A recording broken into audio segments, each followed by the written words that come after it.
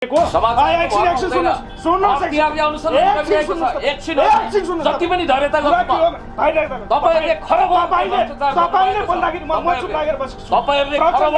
नयाँ पत्रिकाले मजाक गरेर लेखेको छ तपाईहरु जस्ता साथीहरुले मजाक गरेर लेखेको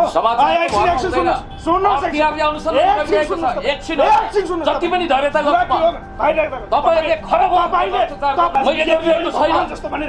भगवान कसैलाई भनेको छैन तपाईको लागि देवादिदेव महादेव होला शेरबहादुर देउवा हामी कसैलाई पनि देवादिदेव महादेव ठान्दैनौं त्यसकारणले गर्दा देशभक्त समाजवादी नेपालको नागरिकता बेच्ने राष्ट्रघात गर्ने विदेशी ज्वाइँलाई नेपालको नागरिकता दिनुपर्छ नेपाललाई सिक्किम बनाउनु पर्छ भनेर सिक्किमीकरणको गेम प्लानमा मैले मेरो नेताको केपी ओली ज्यू भनेको माधव कुमार नेपाल ज्यू भनेको यो देशको राष्ट्रिय राजनीतिको सम्पदा हो देशभक्त नेता हो समाजवादी नेताको विषयमा नेपाली कांग्रेस जस्तो विदेशीहरुको गुलाम बन्दैन दलाल बन्दैन नेकपा सबैभन्दा पहिला केपी ओली अहिले एमसीसी पास गर्नुपर्छ भने हिजो सचिवालय बैठक जस्तो कुरा गर्नुभयो त्यो त तपाईले गरेर राख्नु भएको छ कुरा सुन्नुस् न बीचमा प्याच बोलेर प्याच तपाईले पनि मेरो कुरा काटिरहनु भएको छ च्वाट्ट होइन को आधारमा मर्यो नेपालमा WHO को प्रतिवेदन हेर्नु WHO को प्रतिवेदन अनुसार नेपालमा कोरोना व्यवस्थापनलाई बहुत राम्रो छ हामी नागरिकता बेच्न दिदैनौं विदेशी ज्वाइँलाई हामी कुनै पनि हालतमा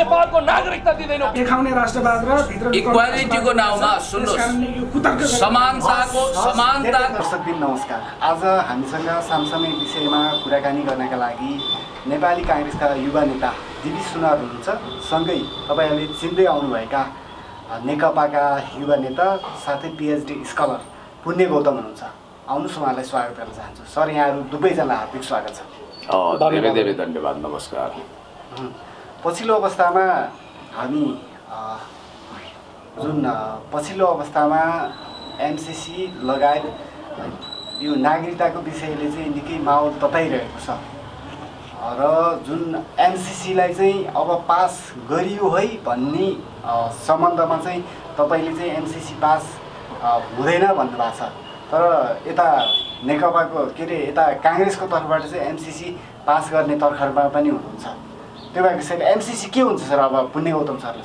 हजुर एकदम स्वाभाविक र अहिलेको जल्दो बल्दो प्रश्न तपाईले गर्नुभयो म तपाईलाई स्पष्ट रूपमा भन्न चाहन्छु राजनीति जस्तो मस्कुलर डिप्लोमेसी हुँदैन हिजोको म कुरा गर्न चाहन्छु we are trying to endorse millennium challenge corporation as soon as possible भनेर हाम्रो फरेन मिनिस्टर प्रदीप गेवालीजीले आफ्नो काउन्टर पार्ट अमेरिकी विदेश मन्त्री माइक पम्पियोलाई यो कुरा भन्नु अहिले एमसीसी पास गर्नुपर्छ भनेर तपाईहरु पनि लागिरहनु भएको छ तपाईकै चाहिँ जुन अध्यक्षज्यूले पनि यसलाई पास गर्नुपर्छ भनेर लागिरहनु भएको छ किन आवश्यक भयो एमसीसी तपाईहरु चाहिँ किन यसरी चाहिँ तपाईहरु लागिपर्नु भयो यो विषयमा धन्यवाद छ फेरि पनि दिपकजीलाई अत्यन्तै महत्त्वपूर्ण ढंगले पछिल्लो क्रममा केही बुदाहरू खास गरिकन एमसीसी नागरिक विधेयक लगायतका अन्य विषयहरू चाहिँ अहिले फ्लोटिङ भएको छ तर चाहिँ व्यवहारमा देखाएको छैन अहिले नेकपाले अब महत्त्वको विषयमा चाहिँ महत्त्वजीको विषयमा म स्पष्ट छु राजेन्द्र महत्त्व भनेको आधुनिक जालन्धर हुन्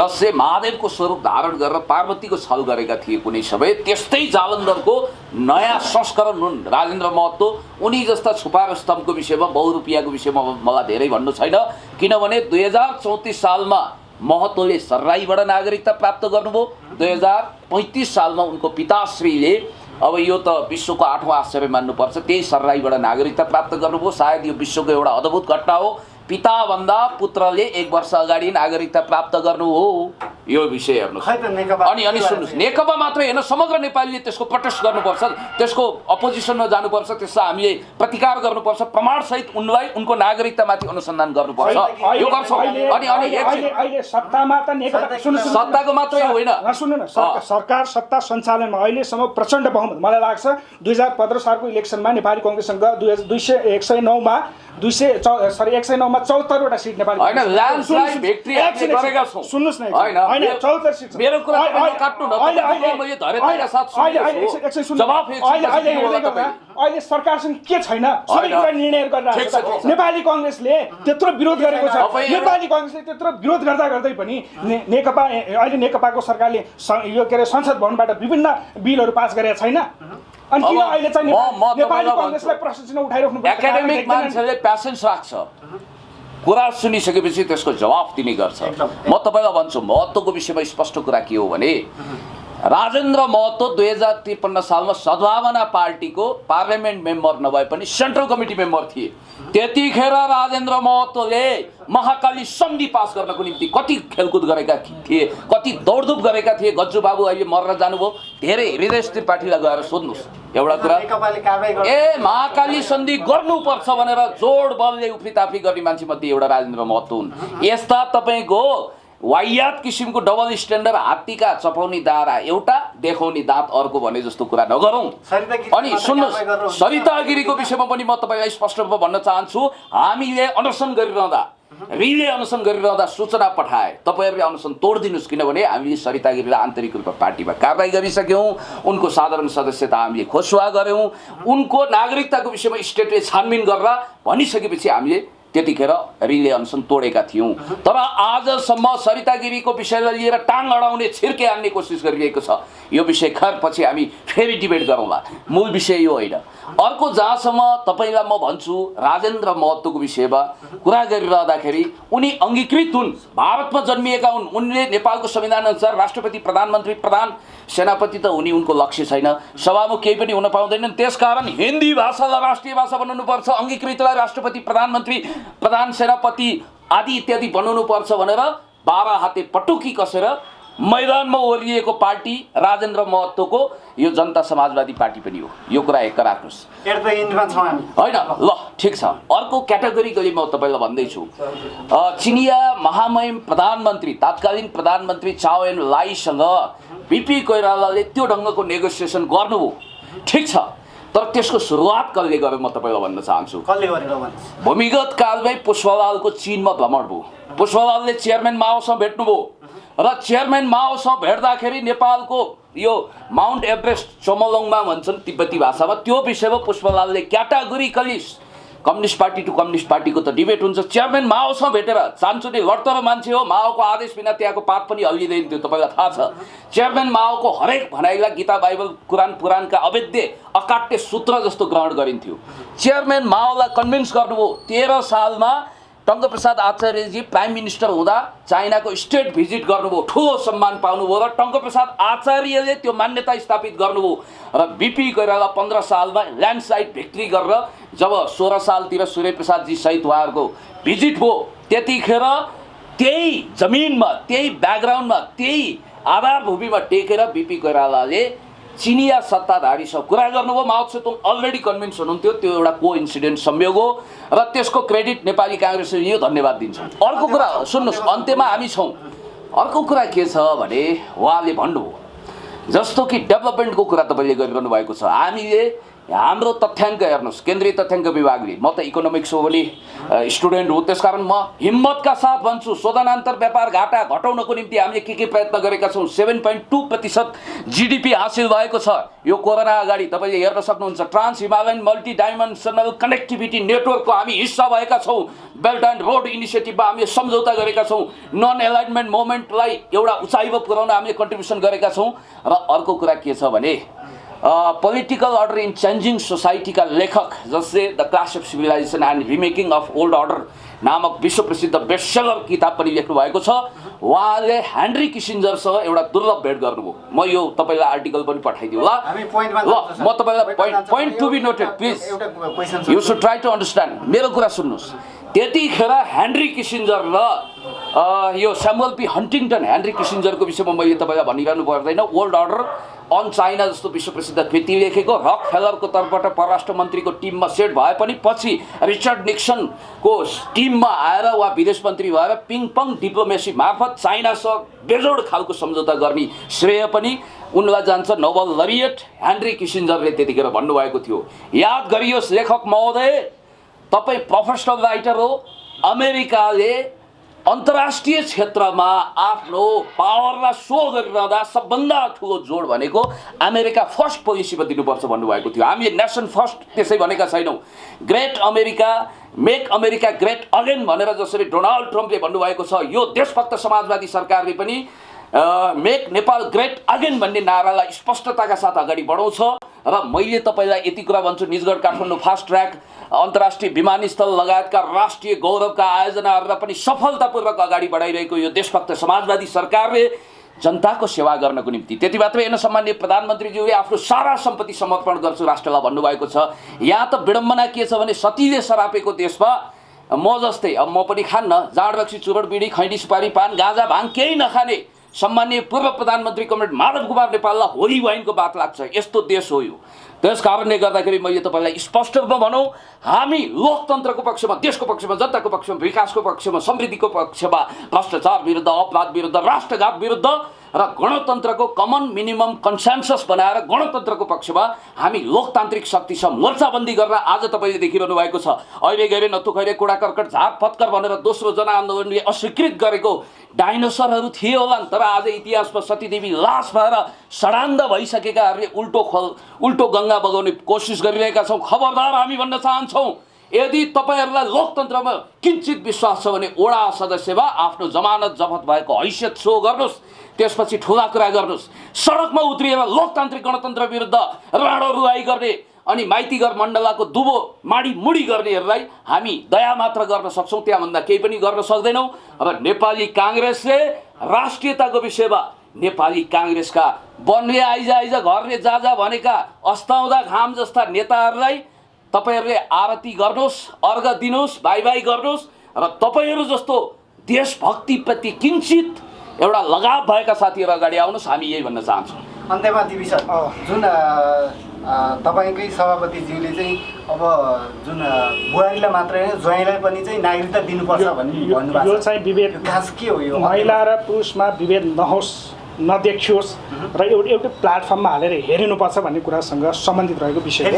त्यसमा मैले अघि नै भन्छु, होइन, सरिता गिरीको सन्दर्भमा एउटा व्यक्तिलाई हेरेर डिफाइन गर्नुहुन्न। एउटा व्यक्तिलाई तपाईँलाई थाहा छ नि, कैयन नेपालीहरू नागरिकता त्यागेर अमेरिका बसिरहेछन्। राष्ट्रियता त्यही हो राष्ट्रियता। जो यहाँ काठमाडौँमा महल छन्, घर छन्, सबै कुरा त्यागेर अहिले चाहिँ के मलाई काठमाडौँ मन परेन भनेर अमेरिका गएर बसेका छन्। अमेरिकाको ग्रिन कार्ड त्यहाँको सिटिजन लगेर बसेका छन्। सुन्नुहोस्, मैले तपाईँलाई भन्दैछु, अब जहाँसम्म पछिल्लो उहाँले सुरुमा त राम्रै एउटा इन्टलेक्चुअल डिस्कोर्सबाट स्टार्ट गर्नुभएको थियो, तर पछिल्लो क्रममा आएर पुण्य जिल्ला अलिकता यो अप्ठ्यारो पनि लाग्ला, अलिकता मैले काउन्टर गर्नै पर्छ। किन गर्नुपर्छ भन्दा उहाँले चाहिँ यो सरकार पुरा चाहिँ दुधले नुहाएको, सुनको जलप लगाएको भन्ने खालको दृष्टिकोण,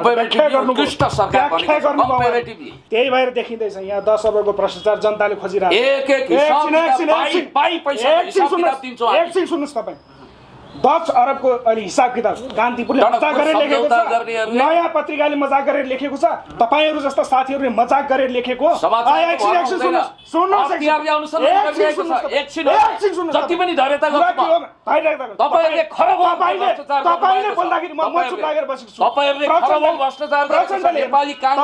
भ्रष्टाचारको मामिलामा Guinness book of the world record सबैभन्दा ठुलो भ्रष्टाचार भनेको अहिले नेकपा रहेको प्रमाणित भएको छ।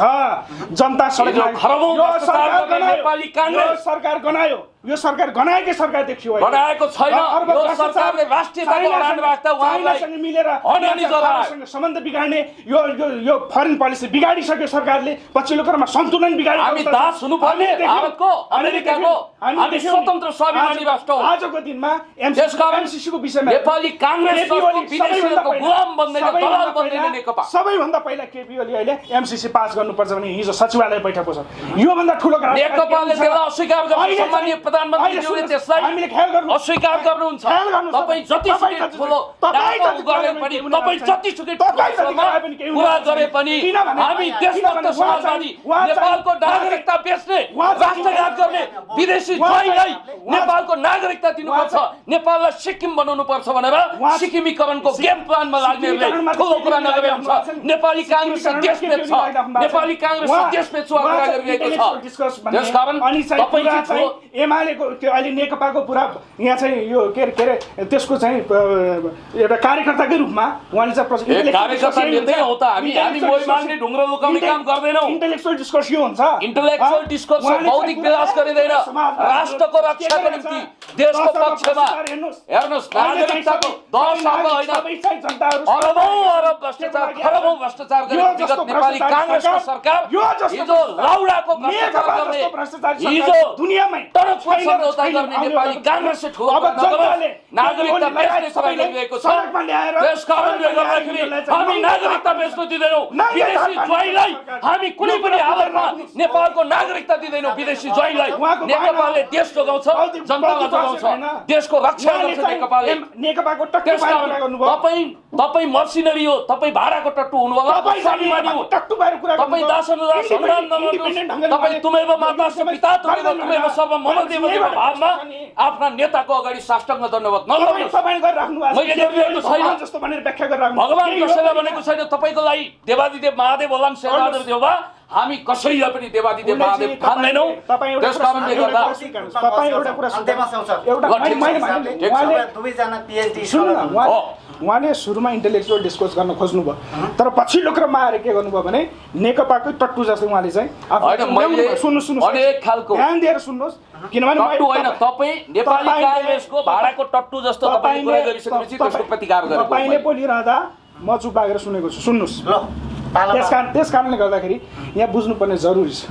उहाँले सुरुमा मैले भने नि त उहाँको प्रेज पनि गरेको छु नि त, मैले सुरुमा इन्टेलेक्चुअल डिस्कोर्स प्रेज गरिरहेको छु नि। मैले अन्तिम समय इन्टरनेसनल उदाहरण दिएर इन्टेलेक्चुअल फ्लेभरमा इन्टेलेक्चुअल डिस्कोर्स एकाडेमिक डिस्कोर्स गरेको छु हैन। एकाडेमिक डिस्कोर्सबाट उहाँले जानुभयो, तर पछिल्लो क्रममा आइकन के हुनुभयो त उहाँ विशुद्ध रूपमा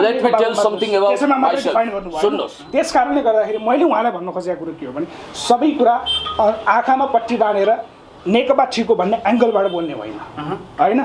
त्यो भनेको छैन मैले, सुन्नुहोस्।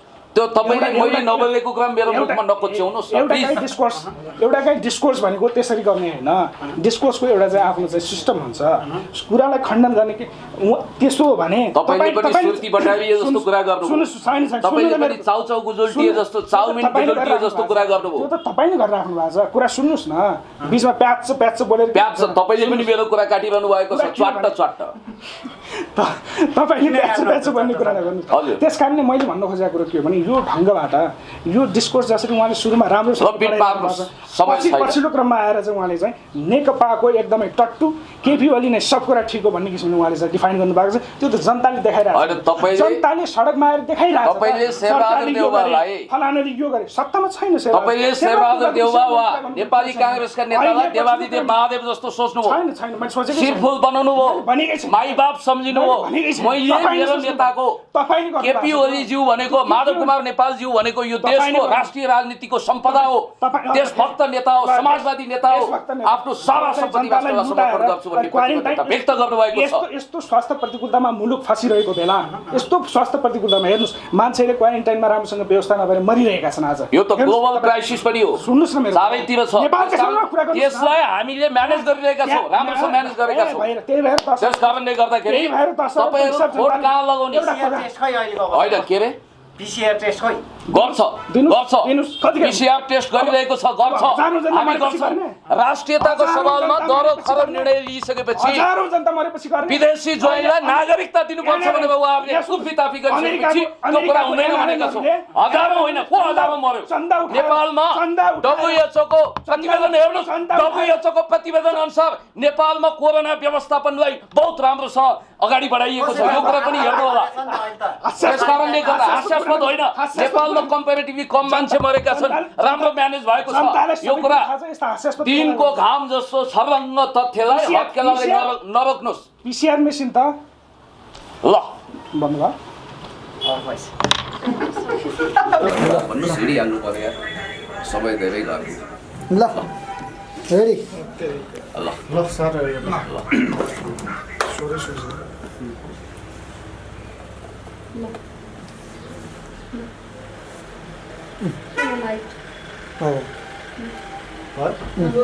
अन्त्यमा छौँ हामी है। अन्त्यमा एकछिन यो नेपाली काङ्ग्रेसको तर्फबाट चाहिँ नागरिकताको विषयलाई लिएर चाहिँ तुरुन्तै नागरिकता दिनुपर्छ अन्तर्गतलाई भनिएको छ।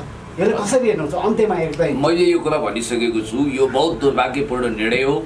यसलाई नेपाली काङ्ग्रेसले तुरुन्तै सच्याओस् र उसले यो स्ट्यान्ड लियोस् कि वास्तवमै अहिले जुन ढङ्गले हिजो नक्साको विषयमा जसरी देशभक्त समाजवादी नेकपाको सरकारलाई उसले साथ दिएर एउटा फैसला गरेको छ, त्यसले नेपाली काङ्ग्रेसको कद पनि बढायो। तर यो नागरिकताको विषयमा जुन खालको नेपाली काङ्ग्रेसले भावनात्मक भुल गरिरहेको छ, इमोसनल निर्णय गर्ने कोसिस गरेको छ, यसलाई करेक्सन गरोस् र वास्तवमा राष्ट्रिय सहमतिको विषयमा हामी एक ठाउँमा छौँ भन्ने एउटा म्यासेज दियोस्। म यो भन्न चाहन्छु। र नागरिकताको विषयमा अहिले हामीले जुन राष्ट्रवादी सन्तुलित निर्णय लिएका छौँ र त्यो निर्णयले नेपालको इतिहास र भूगोललाई दूरगामी ढङ्गले अनन्तकालसम्म रक्षा गर्दै जानेछ, विकास गर्दै जानेछ भन्ने कुरामा पनि हामी ढुक्क छौँ। र सर्वै भवन्तु सुखिनः, सर्वै सन्तु निरामय, सर्वजना हितायको मान्यता राख्न चाहन्छौँ। सुन्नेलाई सुनको माला, भन्नेलाई फुलको माला। यो भिडियो युट्युबमा क्लिक गर्न साथ आइजाला, ट्रेन्डिङमा पनि छाइजाला। हस्त नमस्कार। हस्तेर्दै भन्दा सर के भन्नुहुन्छ? जस्तो नेपाली कङ्ग्रेसको प्रष्ट दृष्टिकोण छ, मैले सुरुमा पनि भनिसकेको छु। खास गरिकन के छ भन्दाखेरि समानताको आधारलाई केन्द्रबिन्दुमा राखेर व्याख्या गरिनुपर्छ भनेको छ। समानताको आधार भन्दै गर्दा महिला र पुरुषलाई दुईटै विषयलाई केन्द्रबिन्दु, किनभने यो जस्तो 7 वर्षको कुरा आएको छ, भारतमा पनि 7 वर्ष चाहन्छ। 7 वर्ष भनेको छ प्रक्रिया सुरु गर्ने भनेको छ। त्यो सुरु गर्दै गर्दा त्यहाँ महिला र पुरुष भन्ने छैन, दुईटैलाई एउटै डालोमा हालेर हेरिन्छ समानताको आधार। फेरि यो भारतबाट समानता ल्याउनुपर्छ भन्ने सुन्नु न, समानताको आधारलाई केन्द्रबिन्दुमा राखेर त्यसलाई व्याख्या गर्ने भनेको छ नेपाली कङ्ग्रेसले। अहिले तुरुन्तै दिनुपर्छ भनेर कहीँ लेखेको छैन। तर एउटा कुरा नेपाली कङ्ग्रेसले भनेको छ, 2072 सालको संविधान के हो भन्दाखेरि एउटा चाहिँ सबैको राष्ट्रभावलाई केन्द्रबिन्दुमा राखेर सहमतिको दस्तावेज भएको हुनाले अनेकन प्रेसर, अन्तर्राष्ट्रिय प्रेसर, भारतको लगायत विभिन्न प्रेसरहरू थिए तत्कालीन प्रधानमन्त्री सुशील कोइरालालाई कि संविधान केही दिन पर सारियोस्, केही संशोधनसहित यसलाई जारी गर्नुपर्छ भन्ने खालको थियो। तर सुशील कोइराला अडिक रहनु, सुशील कोइराला तत्कालीन प्रधानमन्त्री हुनुहुन्थ्यो, उहाँ अडिक रहनुभयो र त्यो सहमतिको दस्तावेज मैले अघि पनि त्यसका सङ्ख्यात्मक कुराहरू पनि मैले जानकारी गराइसकेको छु। अनि त्यस कारणले मैले यहाँ हामी सबैले बुझ्नुपर्ने कुरो राष्ट्रिय भाव त्यहाँ झल्किन्छ जहाँ संविधान जस्तो दस्तावेज 7 दशक लामो सङ्घर्ष प्रसाद निर्माण गरेको जनताको संविधान एउटा सहमतिको दस्तावेज हो। दस्तावेज अनुरूप त्यसलाई व्याख्या गर्दै जानुपर्छ भन्ने नेपाली कङ्ग्रेसको धारणा छ। हेर्नुहोस् है, यसलाई चाहिँ तपाईँहरू जस्तो मिडियाको साथीहरूले, अन्य साथीहरूले व्याख्या गरे जस्तो तुरुन्तै दिइहाल्नुपर्छ भन्ने अड्डी कसरी नेपाली कङ्ग्रेस बसेको अवस्था छैन। तर समानताको आधारलाई केन्द्रबिन्दुमा राख्ने सहमतिको दस्तावेजमा हिजो नेकपा एमाले पनि त थियो, नेकपा माओवादी पनि त थियो। यही नेकपा माओवादी आज त्यो सहमतिबाट निर्माण भएको दस्तावेजलाई उछेलेर जाने भन्ने कुरा हुँदैन। एउटा सहमतिको एउटा चाहिँ सबैको यो के भने नेसनल इन्ट्रेस्टलाई केन्द्रबिन्दुमा राखेर यसलाई चाहिँ समावेश गर्नुपर्छ भन्ने कुरा हो। यही भन्न चाहन्छु। अन्तिममा एउटा कुरा भनौँ कि पञ्चायत कालदेखि अहिलेसम्म झुटो विवरण पेश गरेर जसले नागरिकता लिएका छन्, अङ्गीकृत वा वंशजको भन्दा पनि स्पेसली अङ्गीकृत, त्यो सम्पूर्ण नागरिकता छानबिन गर्नको निम्ति विज्ञहरू सहितको उच्च स्तरीय नागरिकता छानबिन आयोग बन्नुपर्छ र नक्कली नागरिकता दिने र लिनेको लाई कडाभन्दा कडा कारबाही गर्नुपर्छ र नक्कली नागरिकता सबै खारेज गर्नुपर्छ। तब मात्र राष्ट्रिय स्वाभिमानको रक्षा हुन्छ, तब मात्रै देशको भूगोल र इतिहास जोखिममा पर्दैन। हामी सबै भव्य तरिकाले अगाडि बढ्न चाहन्छौँ। तपाईँले अर्को जोडिहाल्नु, यो नेपालले नागरिकताको सन्दर्भमा 68 वर्षको इतिहास छ। 68 वर्षको इतिहासमा के छ भन्दा नेपालको नागरिकताको अभिलेखीकरण गर्न थालिएको 68 वर्ष पुगेको छ। 68 वर्षमा जम्मा 4 लाखभन्दा कम अङ्गीकृत नागरिकता वितरण गरिएको छ। एउटा कुरा सहमत हामी सबै देशभक्त नागरिक नेपाली कङ्ग्रेस सबै पार्टीले के कुरामा सहमत हुनुपर्छ भने गलत ढङ्गले वितरण गरिएका नागरिकताहरू चाहिँ खारेज हुनैपर्छ, त्यसमा दुई मत छैन। यो कुरा पुण्यजीको सत्य कुरा हो, यसमा चाहिँ मेरो पनि सहमत हो। तर एउटा कुरा के हो भने सबै कुराको समान धारणा, सबै महिला पुरुष सबैको समानतालाई हामी यत्रो चाहिँ समावेशी संविधान भन्छौँ। यत्रो समावेशीको नारा केन्द्रबिन्दुमा आएको छ। नेपालले अहिले 72 को संविधान जारी गर्दै गर्दा सबैभन्दा महत्त्वपूर्ण 3-4वटा उपलब्धिहरू गऱ्यौँ भनेर भनेको छ। त्यत्रो 10 वर्ष जनयुद्धको समानताको लागि थिएन। आज समानताको नारा चाहिँ छोडेर जाने, आज समावेशीको नारा छोडेर महिला र पुरुषलाई एउटै उसमा अहिले, किनभने यही संविधानले गर्दा हो नि त आज राष्ट्रपति विद्यादेवी भण्डारी हुनुभएको छ। यही संविधानले गर्दा अनि एउटा कुरा छ, त्यही भएर त्यो समानताको नारालाई, समानताको भावनालाई केन्द्रबिन्दुमा राख्दै समग्र एउटा राष्ट्रिय एकताको भाव अनुसार नागरिकताको व्याख्या गर्नुपर्छ र त्यही अनुरूप नयाँ ढङ्गले व्याख्या गर्दै अगाडि जानुपर्छ भने नेपाली कङ्ग्रेस अब यो सुन्दा श्रुति माधुरी कर्णप्रिय लागे पनि यो सुगर कोटेड तर्क त्यसबाट हामी अलिकति मुक्ति लिनुपर्छ भन्ने मान्यता म राख्छु किनभने सबैलाई एउटै हाँडीमा राखेर भुट्न सकिँदैन सबैलाई एउटै ढिकीमा राखेर कुट्न सकिँदैन म तपाईँलाई भन्न चाहन्छु सुन्नुहोस् इक्वालिटीको नाउँमा सुन्नुहोस् समानताको नाउँमा अङ्गीकृत र